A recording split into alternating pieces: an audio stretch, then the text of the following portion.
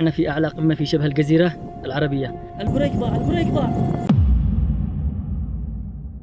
التقينا الصباح أنا وبندر وكريم. رحلة اليوم مميزة جدا، أولا لأنها ستكون إلى أعلى قمة في شبه الجزيرة العربية، ثانيا لأني وثقت الرحلة كاملة ونزلتها أول فيديو لي طويل على اليوتيوب. أخذنا الفطور من بوفيا في راس عصر وفطرنا على الطريق، وكملنا طريقنا إلى أن وصلنا إلى مفرق الجبل، ومن هنا يبدأ الجد. بدأنا الصعود وبندر كان متأخر في البداية.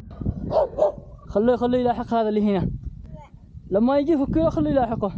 وقفت أمام قرية بيوتها مبنية على الحجار. وصلنا المنطقة، الصعود فيها صعب جدا جدا جدا، من قوة الصعود تحس حتى القلاب يعجز. الشباب تقدموا علي وبقيت أنا آخر واحد. بعد شوية شفتهم واقفين وفي ناس معهم وما خلوهم يكملوا الطريق. وصلت عندهم وأهل القرية ما خلونا نكمل إلا بعد ما نشرب الشاي ويضيفونا. تقهوينا وشكرناهم وكملنا الطريق. وبعد ساعتين من الصعود أخيرا نحن في أعلى قمة في شبه الجزيرة العربية. جلسنا نستريح بعد التعب، وأحلى شيء جبنا معنا رقائق الكينوا المقرمشة واللذيذة من هانترز جورميه. وأفضل ما في الموضوع إنها صحية. تلاقوها في معرض جورميه من في مركز الليبي الدور الأول. بحط لكم رقمهم على الشاشة. وأخيرا قبل نهاية المقطع أتمنى تدعموني في أول فيديو لي على اليوتيوب عشان استمر في صناعة المحتوى الطويل.